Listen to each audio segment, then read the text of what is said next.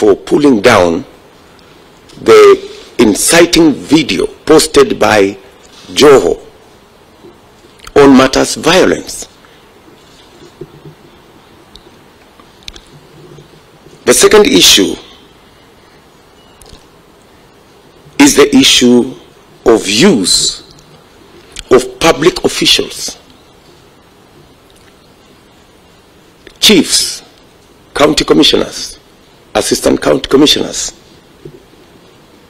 are being forced with threats and blackmail of loss of their jobs if they don't become Azimio operatives. There is nowhere in the Constitution and in the Code of Regulations of Public Service that public servants are required to carry out political activities for any political party. It is our position, indeed it is the position of the Constitution, that public servants serve Kenyans equally, irrespective of their political persuasion or leanings, irrespective of the communities they come from, the religions they profess, or the color of their skin. We want to ask His Excellency the President to instruct the people who are using public officials, actually forcing public officials, including chiefs and their assistants, to carry out illegal activities, recruiting people, buying identity cards from citizens, an activity that is now all over the country. I heard Fred Matiang'i and Karanja Kibicho say that they are meeting chiefs because they work with chiefs and chiefs are their colleagues. These two gentlemen must know there is a shortage of fools in Kenya. Whatever they are telling these chiefs, the chiefs are telling everybody else. They are not meeting the chiefs to discuss security of the country. They are not meeting the chiefs to discuss matters that are in the line of duty of our chiefs. The chiefs are complaining.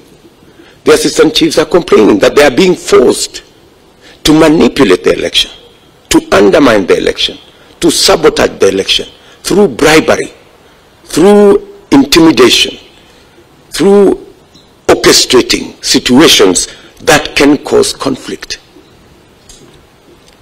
We are asking His Excellency the President to call out these public officials and ask them to stop what they are doing. It is against the Public Service Code of Regulations. It is against the law. It's against the Constitution.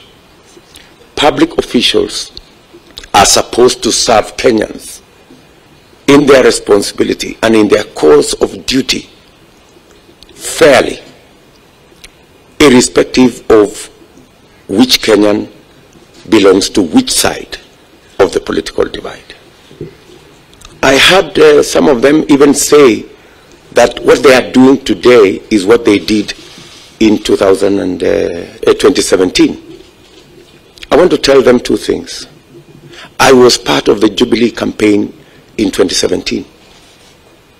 We never engaged the chiefs or public officials in our campaigns. There was no chief like I see today on a campaign lorry campaigning for whatever side of the political divide. This has degenerated to a new law in Kenya.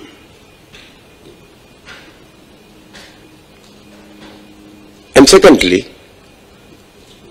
two wrongs never add up to a right.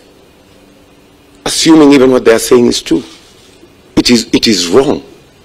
Whether it was done before or whether it was not done before, it is still wrong.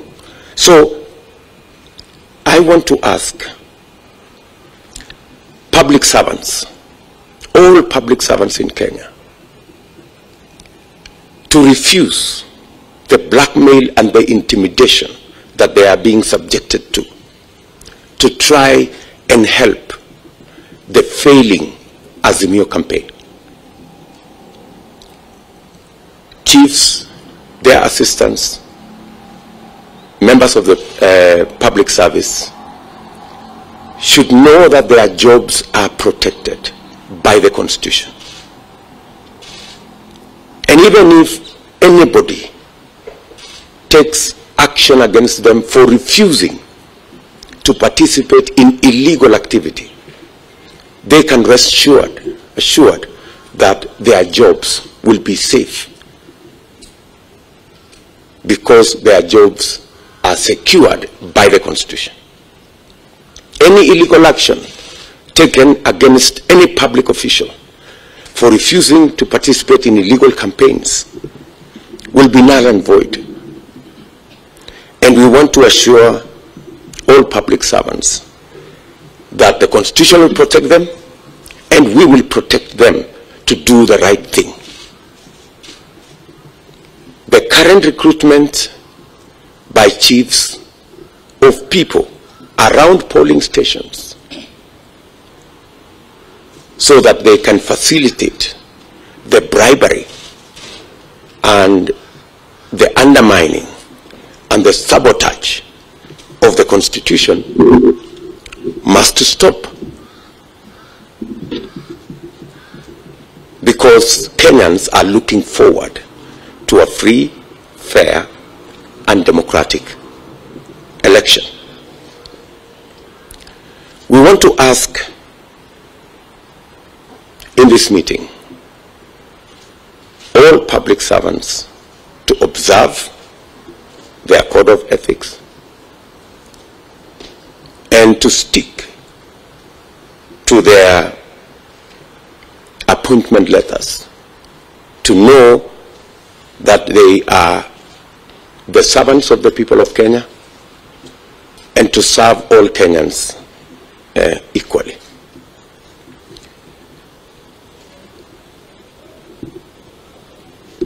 I also want to ask the IEBC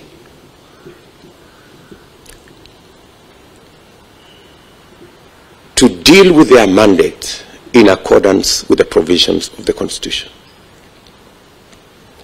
We do not want any favors from IEBC. We want IEBC to do the right thing. We want IEBC to run a transparent, free and fair election.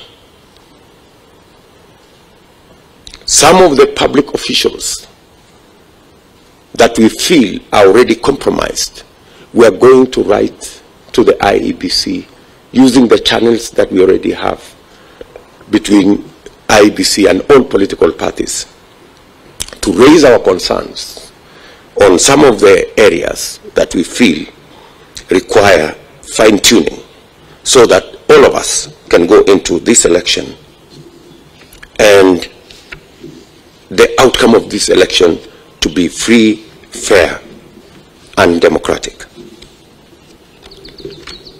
As you are aware, there is an attempt by our competitors to knock us out of venues for meetings.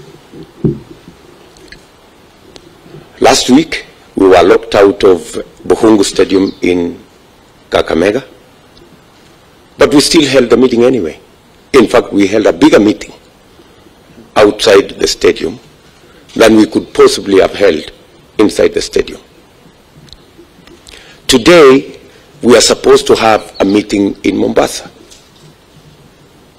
at Tononoka grounds. And in fact, this afternoon at 2 p.m., we will be in Tononoka grounds. Some people are trying to use the police to stop us from having that meeting. This is our final rally in Mombasa. It's a very important rally. And the kind of excuses they are giving us is that the president is in Mombasa. I mean, how ridiculous can that be? I mean, so if the president is in Mombasa, we cannot have a meeting in Tononoka? I mean, surely. So, I mean, these kind of excuses are really ridiculous. Our competitors must understand that it is too late for them to do anything about this election. It is too late, simply too late. It doesn't matter how many opinion polls they do. They can do it every hour if they wish. It doesn't matter how much they try and orchestrate conflict in Kenya. We are very confident the people of Kenya have said no to violence. They have said no to conflict. And we trust the people of Kenya to keep the faith and get to the 9th and determine the future of our country. It doesn't matter how many places they lock us out of. As you are aware, we have paid for Nyayo Stadium on Saturday. We have a contract already signed between us and Nyayo Stadium. They tried to manipulate that contract. The court has said we should have the meeting in Nyayo Stadium. We are preparing to have the meeting in Nyayo Stadium. And if they lock us out of Nyayo Stadium, we will still have a meeting at Nyayo Stadium. The same way we had a meeting in Buhungu Stadium, on the road, wherever. But we're going to have the meeting anyway, because the die is cast. The people of Kenya have made a choice. And the panic we see in Azimio will not help them. All we are asking His Excellency the President, with tremendous respect, is not to allow the country to face unnecessary conflict because the Azimio project has collapsed. It has collapsed. And there is nothing asking the country to be calm. Despite the games, despite the orchestrated situations around the country, we want to ask Kenyans to be calm. We want to ask Kenya that 9th is just 4 days away. Nobody should be incited against their brothers. We are asking every citizen to know that it is their democratic duty, their democratic right to vote for candidates of their choice. Not candidates that are manipulated or candidates that have been forced on them by all manner of forces. We are asking our competitors to be decent. We are asking our competitors to understand that this is democracy and they cannot reverse the will of the people.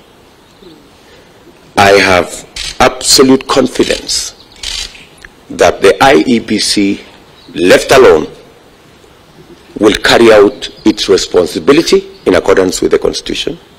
Equally, want to ask the CEO of Kenya Power, Mr. Muli, and the CEO of Communication Authority, Mr. Chiloba, to exercise the responsibilities of their offices in accordance with the law. Kenyans do not want to see what happened during the presidential debate, where huge sections of Kenya were subjected to a blackout. They must never be.